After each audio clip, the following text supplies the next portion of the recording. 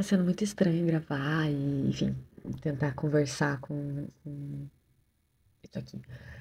Mas ao mesmo tempo eu tô realmente tentando pensar que eu tô me conectando, sabe? Eu quero conectar e eu quero trocar essa ideia, né? Enfim, é isso. Então bora? Então bora. Eu realmente me considero uma multiartista, né? Multi-instrumental ali. E cara, isso é muito foda, porque hoje em dia isso. Eu acho que todo mundo tá um pouco multi de alguma coisa. Mas realmente, eu estudo muita coisa, isso vai mudando. E depois que eu descobri o diagnóstico de TDAH, fez muito sentido, porque eu tô sempre com milhares de hiperfocos e eu preciso mudar de técnica o tempo todo. Só que isso faz com que eu não entenda muito, se eu tenho uma técnica ou se eu não tenho uma técnica. Por que que eu gosto de tanta técnica? Eu acho que existem muitas internas aqui, né? Muitas pessoas que vivem numa pessoa só.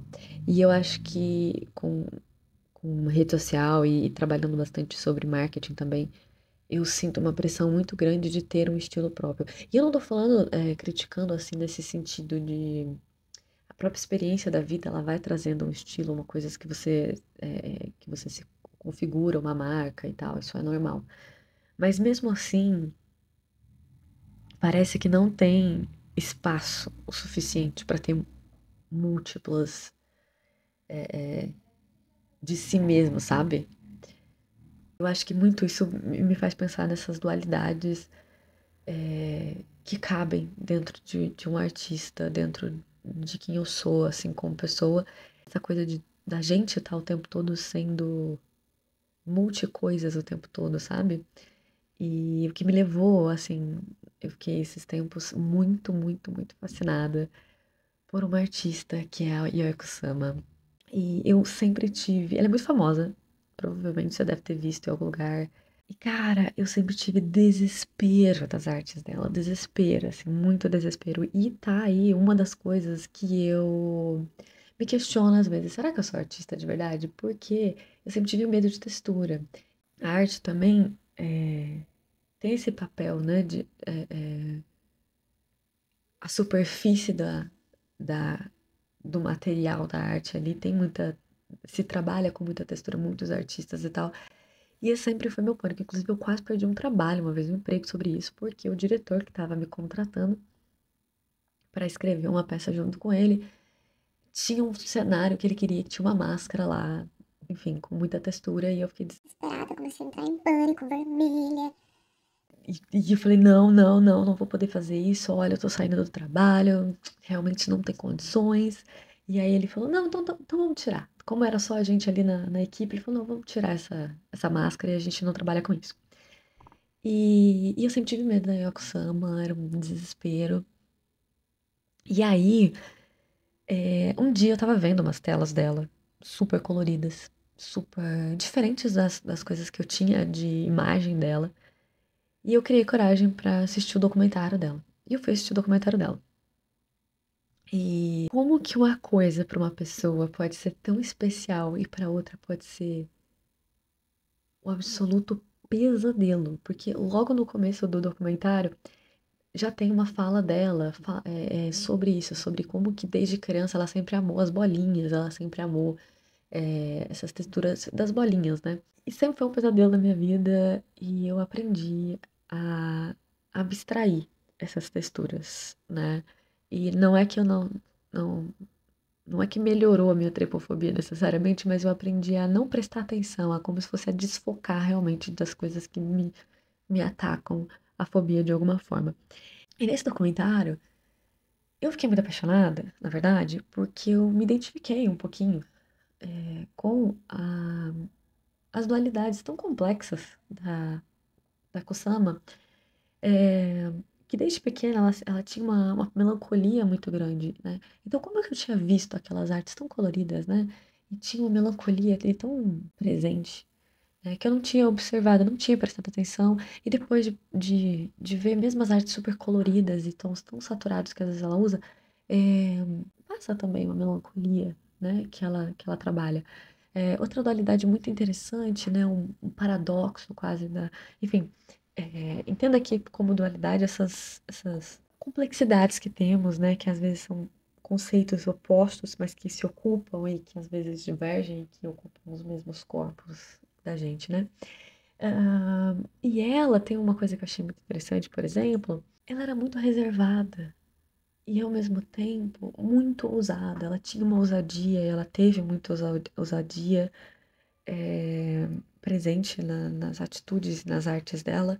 Eu confesso que eu tenho uma inveja absurda. Eu sempre me pergunto o que é ser ousado e eu queria muito ter essa ousadia. Inclusive, o que é ser ousado pra você, né? Porque pra mim, tem dia que ser ousado é acordar e levantar e tomar café e conseguir existir. E tem dia que ser ousado às vezes é estar em público, ser ousado às vezes enfim, conversar com pessoa. O ser ousado é isso. Essa semana eu tava desenhando e eu tô achando uma grande porcaria tudo que eu tô desenhando essa semana. E pra mim tá sendo ousado continuar desenhando, né? Só que, às vezes, só que pra você, né, trabalhar como artista no mercado e tal, ter esse grande legado que ela tem, o que que é a ousadia? E ela não tava se colocando só como uma artista do mercado, tentando fazer uma grande carreira, mas se colocar, é, de se dar a importância ali do trabalho dela realmente. Então, existe muita ousadia na trajetória que ela teve, né? E dentro dessa ousadia que ela tinha, né? E ela tinha, eu tô falando tudo no passado, como se a mulher tivesse morrido. Ela tá viva ainda, né, gente? Ela tem 96 anos, ela está muito viva ainda, né? Mas eu tô falando do passado como do passado da própria carreira mesmo, né? Da trajetória ali, né?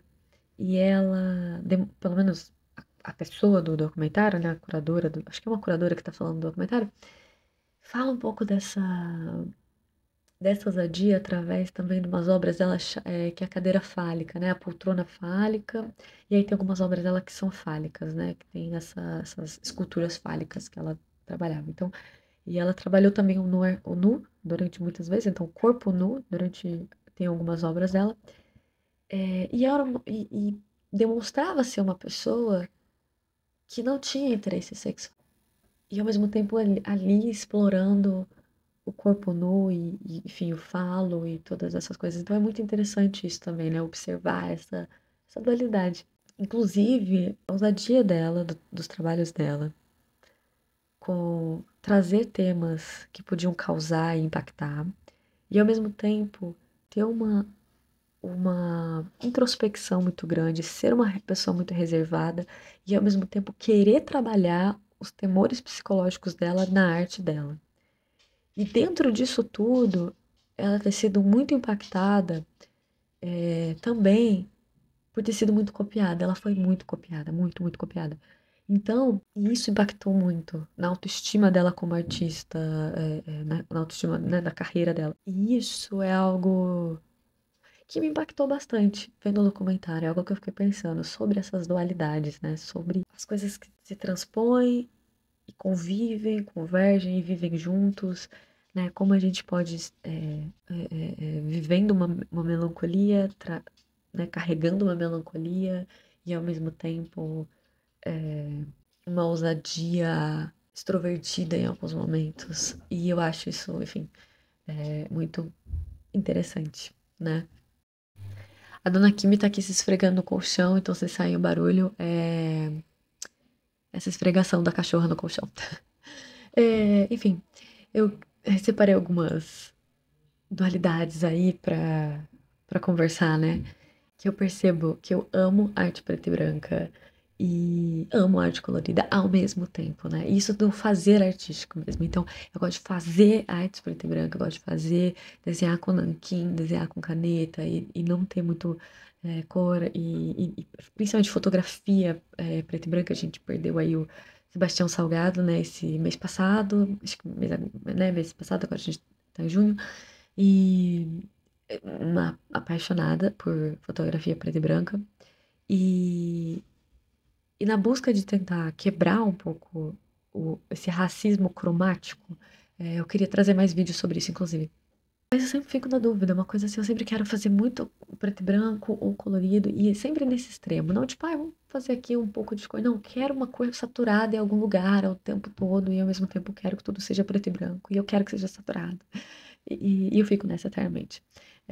E outra coisa, né, que eu percebi aí também, próxima coisa que eu percebi que eu sou uma pessoa muito extrovertida, apesar de ter passado a vida inteira achando que eu era mais introvertida. Porque eu não acredito também tanto nesses rótulos de introvertido, extrovertido e tal. Mas, né, as pessoas podem ter uma predominância ou estar, né, flutuando por essas categorias aí. E eu achava que eu era a pessoa mais introvertida do universo e descobri que não, descobri que eu sou uma pessoa muito extrovertida, só que as patologias do meu cérebro, as patologias psiquiátricas que me acompanham, é, me fazem uma pessoa muito ansiosa. Então, eu sou uma pessoa muito ansiosa, só que extrovertida. Então, eu me passo muito bem por uma pessoa introvertida mesmo sem ser muito introvertida. É uma grande complexidade aí que acontece, né? Uma dualidade aí, né? Outra coisa que também tem, né, esses paradoxos da minha mente, que às vezes às vezes são duais, às vezes estão complexos estranhos, como esse próximo, que é o quê? Gostar de métodos, gostar de regras, e ao mesmo tempo fluir e querer fluir pra caramba. Eu passei muito tempo sem desenhar e quando eu voltei a desenhar, eu comecei a desenhar. Eu aprendi a desenhar um pouquinho com técnica ali, né, da técnica mais tradicional, então perspectiva, anatomia, né, desenhando de ponta cabeça, todas essas coisas assim. E quando eu voltei a desenhar, eu falei, cara, não, não quero, não quero. Eu tento até não usar tantas referências, tento desenhar de outras formas, porque eu quero sair um pouco dessa rigidez que eu tenho pro método, pro desenho, para querer referenciar e representar o mundo de uma forma realista. Enfim, eu tô muito, muito, muito, muito, muito longe disso. Nem tenho mais essas técnicas, já nem sei mais desenhar desse jeito. Não que eu soubesse também muito, não cheguei a aprofundar demais no realismo, mas era por onde comecei. E aí eu fiquei com muito medo, né? Porque eu sei o meu potencial de ser uma pessoa metódica e neurótica. Então me afastei e acabei tentando fluir mais, né? E estudando um pouco mais de abstrato. E é muito engraçado que os meus estudos de abstrato tá muito baseado em métodos. Então ele foge, né, do abstrato. Abstrato puro, né? Aquele abstrato puro. Mas é um paradoxo muito louco que tá na minha cabeça, que é sempre querer regras e métodos e ao mesmo tempo fugir dessas regras e métodos. Enfim. E a arte por si só, pra mim, ela é a maior dualidade. Aí eu acho que não é um paradoxo, talvez eu acho que é uma coisa que tá sempre andando juntinho ali paralelamente. É que pra mim a arte, ela é completamente aconchegante e completamente assustadora ao mesmo tempo.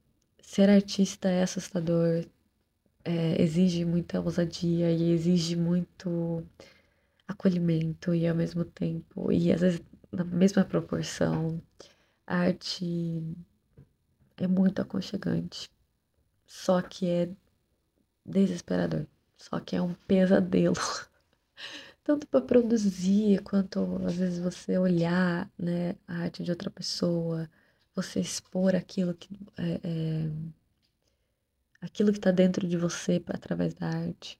Tudo isso exige uma certa ousadia e também um acolhimento, de se sentir acolhido pelo fazer ali que da própria arte, né?